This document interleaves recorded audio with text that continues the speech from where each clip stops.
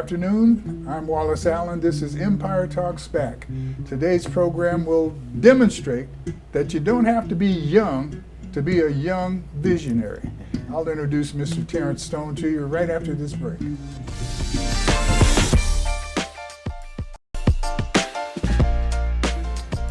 We're back. I'd like to introduce you to Mr. Terrance Stone, the CEO, the founder of an organization called Young Visionaries. And I'll have to tell you, I think it was about, 15 years ago that I met this young man. And he was full of vision at that time, and you would think that over a period of time his vision would get a little dull like my eyes, but he's gotten sharper and sharper with his focus on what he wants to do to help your children, my children, become stronger and better at what they do, so that as we get older, we can depend that the vision that we have is one that doesn't conflict with our young people, one that will allow us to rest assured that we are in good hands. Terrance Stone, how you doing? How you doing? God is great. I'm extremely grateful. All the time. Good to talk to you. Hey, you know what? Let me tell you, you're a legend, man. I'm so honored just to be sitting here being interviewed by you once again, but you're a legend in my book. I'll tell you that, Mr. Allen. Wow. Well, does the blush show? I don't know, because you got me blushing. Yeah. Terrance, when I first met you, you came on my radio program. Yeah. And I was extremely impressed with who you were, how you wanted to do what you wanted to do, and to see the success that you've had doing things to help others. I can truthfully say you are doing well as a result of doing some good. So I'm proud to have you on the program. Thank you. Tell my audience exactly what Young Visionaries started off to be and where you are, and before the show's over, tell us where you really want to be. Fantastic. Well, Young Visionaries, I started Young Visionaries 25 years ago, just on a dream, and just wanted 25, it's been that 25, long. Yeah, it's been that long, 25 that explains years. the good-looking beard. Then. It is. Okay, I didn't have none of this, no gray, no nothing, no pot belly, none of that was hanging out. But 25 years ago, man, started Young Visionaries, and really it started off as a gang intervention prevention program. So I just wanted to help kids get out of gangs, stay out of gangs, and get their life back on track, right? And so I can say that we matured in different areas in the nonprofit sector. And so now we have a very strong mentoring program, a great mental health program, a fantastic workforce development program, community outreach and engagement program, linkage to other services programs and things like that. Now we have 4 solid locations throughout the Inland Empire. And so with that, and working with young people, also too, we work with over 200,000 kids. I'm sorry, say that again. 200,000 kids in that time frame, right? Kids and families throughout the Inland Empire. Excellent. Yeah. Amazing.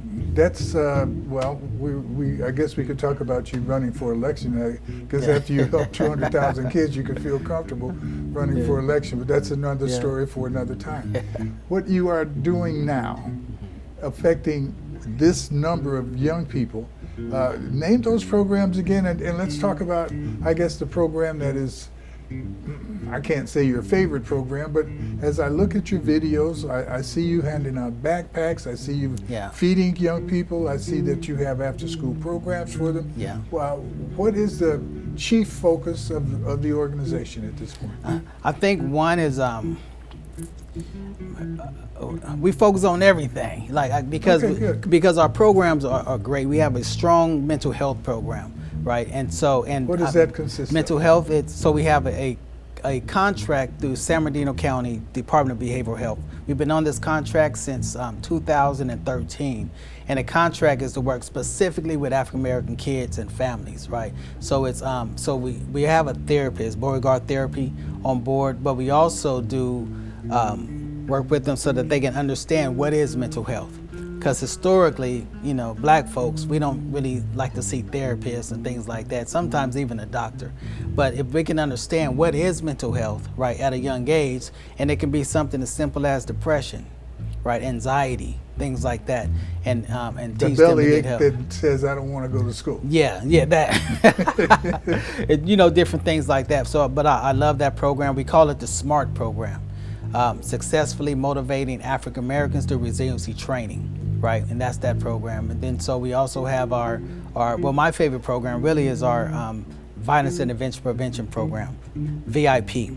And with that, we go out into the community. We do a lot of outreach and engagement, going into some of those high crime communities that people really don't like to go into. And we're like right there in the midst of it, out there working with those young people, finding the ones that need help and getting them help. Sometimes they're out there homeless, sometimes, even just having a meeting with child support with them, because I've found brothers out there that don't want to get a job because they like, child support gonna take all my money. But let's go sit down with them, negotiate, so at least you're paying something and you're not on the run, and we got you back into the legal system of things. You say that as if a job is fairly easy to get. How do we make that connection once you get someone that says, well, okay, yeah, I'd love to have a job, I'd love to be able to take care of my family, I'd love to come back with my family, help me get a job. How do you deal with something like that? Fantastic. So we hook them up with a case manager, right? We put them in our employment development program. And so with that, they'll get a job skill, whether it be supply chain logistics, get them a guard card. Now we just started a food handler's license certification program as well, though, too. And our case manager will help them do a job search and get them a job and things like that. And so, how much success have you had with that program? Oh, we have a great success with that program right there. If we're talking percentages, we're probably in the 85 or so percentile of getting people through the program and getting them employed after the fact. Young Visionaries, it would seem to suggest that the only people you will work with are young people. I would say under 18, under 21. Is that true, or do you work with bona fide adults as well? Oh yeah, we go all the way up, right? So we have parenting classes. Our workforce development program is geared towards 16 to 36 years old. We have parenting classes for all parents. And what I love about our parenting class is that we have bingo night, R&B bingo. Right. R&B bingo. R&B bingo. So they're in there doing R&B bingo, but in between the bingo sessions, we give them that parenting class information, give them prizes that keeps them coming back and things like that. Great program. It's always full, too. Now, when you said R&B, I started thinking about Marvin Gaye and... It depends on who's in there. They'll gauge it, right? Because some people, when they think old school, my son think New Edition is old school. I'm like, that ain't old school. So it does have music. There's a music component in your bingo. Yes, music component. Yes, sir. It's fantastic. They have fun. I'm usually pretty sharp and can catch the flow on this, but explain that to me. So what they do, like they'll have their bingo card, but on the bingo card, instead of numbers and things, it'll have artist names and songs. So when they play the song, that means you won on that card right there. Okay. Right? And then so they just got to just get the bingo out of that. Now I'm going to show my ignorance again. Did you guys invent that, or is that a game that everybody in the world knows about except me? It's a game that everybody in the world knows about except you. Okay. But it's not too late to get involved though with the R&B bingo. Yeah, come on through, man. We have fun in there. Very good, very good. Yeah. So some of the other things that you do we get a Terrance Stone email every day. Yeah, there's a program going on. There's something that you are doing to help young people going on all the time. Your backpack program, your food programs, that suggests that you have a lot of people that are out there supporting you and the things that you do. Where some of the volunteers, some of the sponsors that support you, let's give them a little shout out here. Who's helping you do what you do? Oh yeah, it depends on the event. So we have coming up this fall, we have our Harvest Fest event, right? So around Halloween, we'll have that event, and we do that in partnership with a shoe store called Chic Shoes, right? And so they support that event on a large scale. And then after that, we have, before that, we have our backpack event. San Bernardino County Superintendent of Schools supports that event, so they give us around close to 2,000 backpacks, and we give those all out to kids. With the Harvest Fest, we'll serve around 500 families working with Chic Shoes. And then after that, we have our turkey giveaway. for Thanksgiving, and we do that in partnership with Community Action Partnership. So that serves a little over 1,500 families with a turkey and a meal as well, though, too. And then Christmas, we do Winter Wonderland. And so with that event, it's sponsored with Chic Shoes again, also Amazon, and a few other, some banks and things like that. Some great partners come to the table for that as well, though, too. Very good. Yeah. I'm excited to have you talk about these things. Yeah. How does the general public support you, and how can they support you? But they can support volunteerism. They can go on our website, www.yvyla-ie.org, and sign up to be a volunteer. Or even it's also a donation button on there as well, though, too. So they can go on there and donate. No donation is too small, and no donation is never too big, you know, so that we can, and we'll always give you the best bang for your buck. Because one thing about us, we will bring that crowd out. Like, we bring people out in the thousands all the time. Okay. Yeah. Yeah, that is something that's important to a sponsor. Yeah. That they get their name out there. So with your shoe company, you guys give shoes away. Yeah. Very good. Yeah.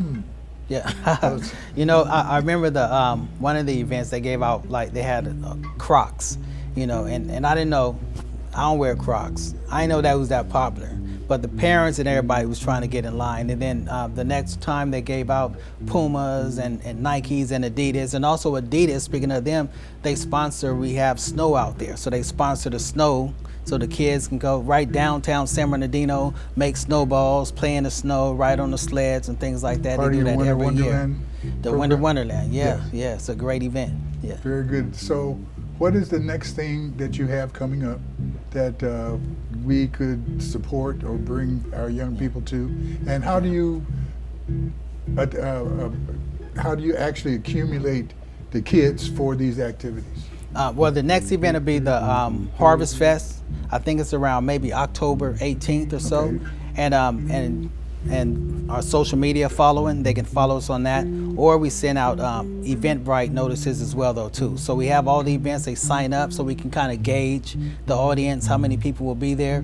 And then that's it. We just send it out. Or Constant Contact, I use that as well, too. On our Constant Contact, I think we have around 14,000 people on there. We got about 11,000 people on our Eventbrite, and then all of our other social media platforms. I manage myself around 15 different social media pages. Very good. This is Empire Talks Back. I'm Wallace Allen. We're going to take a short break, and we'll come back and continue our conversation with Mr. Terrance Stone, the CEO and founder of Young Visionaries.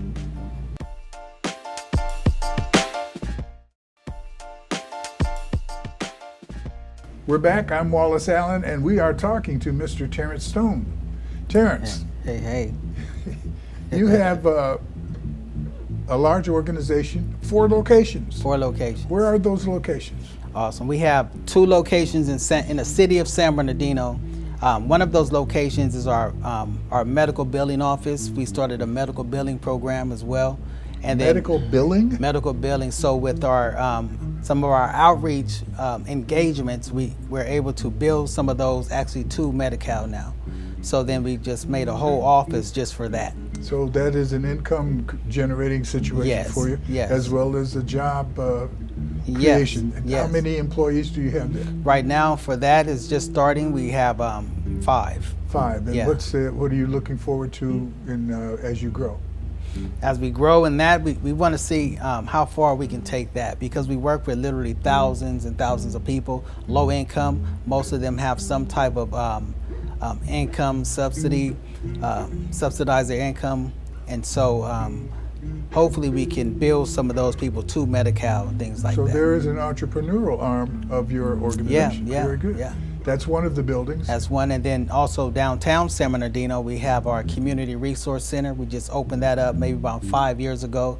It's going great. And that's where we house most of our staff in there, and they're seeing clients and working with people. We're doing the R&B bingo in there and things like that. Our giveaways are located in that parking lot as well, though, too. We have a lot of space over there. So, and I think that was a great idea, just right downtown San Bernardino. That one. That's 2. That's 2. And then in Victorville in the high desert, we're collaborating with IEHP And so with IHP, we're in their community wellness center, so we have an office in there. And so inside of there, we do programs and groups as well. So we have a creative arts and improv program. We're actually working with Nick Cannon's little brother, Gabriel Cannon. So he's been working with us for around like almost 10 years or so. Really? As well. Yeah, and so we're doing great parenting classes, things like that. It's a great location in there. Now you say improv, that suggests an arts program, so Yeah. what are you producing up there? Is there any Yeah, theater work that you guys are doing? Yeah, Are you that's producing exactly what plays? we're doing. Yeah, theater work. So they're doing. They made several commercials that have been on Spectrum TV. They do a lot of our filming and things like that. We have a lot of videos. A lot of those kids are behind the scenes, behind the cameras, helping to put those things. So they're teaching them to act, produce, and write in those classes. And have you guys produced anything that we should come to see or should have seen, or are you planning to have a play? Or I mean, I know that you guys. I know that you are a visionary. Yeah. And I'm thinking right now, but they haven't. Right now, they've just been doing like commercials and things like that, you know. So, which is good because the good thing is that from the acting and improv class that Gabriel does, it gets those kids out of their shells. So some of them, they come into class really shy, don't want to talk, don't want to communicate or interact, and within a month or so, they're interacting with everybody, and their self-esteem is up, and things like that, and that reflects also in their schoolwork in that school as well, though, too. So that kind of helps prepare them for interviews and interviewing people as well.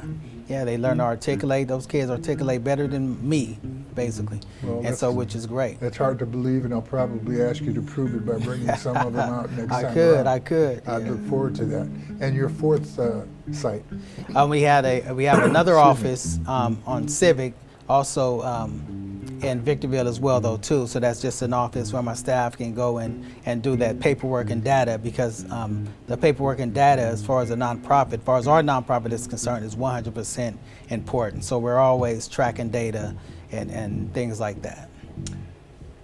The interweaving of all of these different projects, programs, under that one umbrella of Young Visionaries suggests that you have been operating and learning more and more about the business of nonprofits. Yes. And I know that you've written a book, Yeah. How to Move in a Room Full of Vultures. Yeah. I'm going to assume that you mean other people who are also trying to gather monies for their programs, some of which are worthy and some of which are possibly not. Yeah. But regardless of that, there is a single pot of money, like one piece of roadkill that everybody needs to listen. Making a living off of grants and the benevolence of others is rough. And I think the title of your book suggests that you realize that, and having realized it, and I haven't had a chance to read this book because you and I are still arguing about my price. But we're going to work that out. What are we talking about here? This is a memoir, right, of my life. So it talks so we're about not me. just talking about your fundraising efforts or your experience in the world of nonprofits. It's talking about being a light, basically, right? And also just growing up, and a lot of people have had experiences where people will prey on you. P-R-E-Y. P-R-E-Y. Not P-R-A-Y. Not P-R-A-Y, yeah. And so, but you have to navigate through, whether it be where you grew up at, it can be in the political environment, in the business environment, but people are always looking for your weaknesses, right? And they try to capitalize on your weaknesses. So how do you navigate through that and still come out successful? When you read my book and look at my background, I never should have been to the point that I am now. Like, I never should have made it, right? But I did. So now my goal now is I went back and I showed people this is how I navigated through all these different environments and made it. And this is my thought process of even just starting Young Visionaries. not because I wanted to, but because it was necessary, right? When I see kids that have grown up in gang neighborhoods and poverty and thinking that they cannot make it out of that, I'm like, you can. So this book also has a workbook in the back as well, though, too, around 17 chapters of workbook in here, too, to help you get past your mess and get to your blessings. Get past your mess. Yeah. And get to your blessings. Right. So that means you will have to acknowledge that the problem and the promise takes place in the same place. Yeah, and it does, yeah. A lot of miracles happen in that desert out there. Such as? Moses, right? And all different types of stuff happened out there in the desert, where he had to take a whole group of people, right, from bondage to a promised land. And we can do that again. And that's one of the attitudes that you use as you approach your situation with motivating our young people to do better. Yes. And not only do you have to motivate our young people, you have to motivate those who are around our young people, the adults, the institutions that are in a position to help. Yeah. But at the same time, their assessment process, their decisions as to who to help can get in the way as much as they are becoming the way. Terrance, I know that you work with, in your gang prevention, that you work with a variety of people, but the main thing is that you seem to have the ability to talk to young people who are in the potential of going very astray. Yeah. And convincing them and demonstrating to them that there's another way to do it. Yes. Is there a secret to that? What is the motivation and what is the encouraging thing as you attempt to do this every day while you're doing everything else? Yeah. Because I do know enough about you to know that that is the single thing that you continue to work on with the same level of enthusiasm that you started with. Yeah. Gang prevention and keeping our young people out of that violent lane. What keeps you motivated there? Why are you still able to have so much enthusiasm with that program? I think one is just being authentic, right? Just being real with those young people, and just let them know, like, man, look, I've been through it, and I found a way out. And so you don't have to run around in the dark trying to find your way out. This is your flashlight right here, right? So everything's illuminated. Now you can see. Now let's get your decision-making process in order. What's your priorities right now? And what does success look like to you? Every kid I work with, whether it be in groups or one-on-ones, I ask them, what's your age, name, and dream job? I said, what's your name? Because it's important, right? What's your age? Just to let them know that, man, you young. You can do whatever you want to do. And what's your dream job? And even if the kid is in the streets and not listening and wilding out, they usually have something that they would rather be doing than that, right? And so once I figure that out, I figure, okay, now let's figure out a roadmap. How can we get to that, basically, even if it's entrepreneurialism? I like, oh, that's easy, right? Plus, you hard-headed. You don't want to work for nobody anyway because you don't listen, right? So that's the easiest thing. So so once I get those three things, and then now I have a platform to work for, especially the dream job. Like, I love talking about goals and helping young people just to be successful, because they don't have a lot of that. I tell people every time I meet somebody successful, especially a man or woman of color, I be like, they need to see you over here, because they see everybody but you over here. So come on down here. Let's go talk to these kids, because a good friend of mine and yours, Dr. Reggie Webb, he used to tell me all the time, Terrance, you can't hit a target that you can't see. First, I'm like, what is he talking about? Do you want to play darts or something? What's happening? But he was saying, just being successful, like, you have to see success that looks like you, because if you never see it, then it's going to be impossible for you to pursue it most of the time. So that's why a lot of our kids, they say, well, what do you want to be? I want to play basketball or football. He ain't even on the basketball team or the football team. But when he looks at himself in the mirror and then he see the people on the field, that's who he see, Your example or best success story, or a good success story that motivates you and can motivate our audience? My best success story, I have lots of them. I've seen kids come from some of the most trauma-bearing situations to, one kid. I remember I was doing interviews, and I'm sitting across the table. The kid was in Rialto School District when he was little. I worked with him in elementary school, and so we were hiring for a mentor position. So he's sitting, now he's an adult, and he's sitting across the table, and I'm looking at his resume. The kid is in Cal State San Bernardino and had all this impressive community work on his resume, and he stopped me mid-interview. He said, "Mr. Stone, you don't remember me? We worked with 200,000 kids." So I'm like, "Nah, help me out." He said, "I was at Hughes Elementary, and that was our first groups, first classes. So this was like over 20 years ago, right? Hughes Elementary, and I remember you took me to the Clippers game, and y'all took me to we took him to a radio station to talk to the DJ and see all that stuff work, and some other field trips. And he said, now because of you helping me and helping us out, now I'm in college and about to graduate college and married and everything else." I said, "Well, this interview is over. You hired right now." Okay. And so and I remember that young brother, and he's doing good. Actually, he left the college now, and he's working in his career and doing great.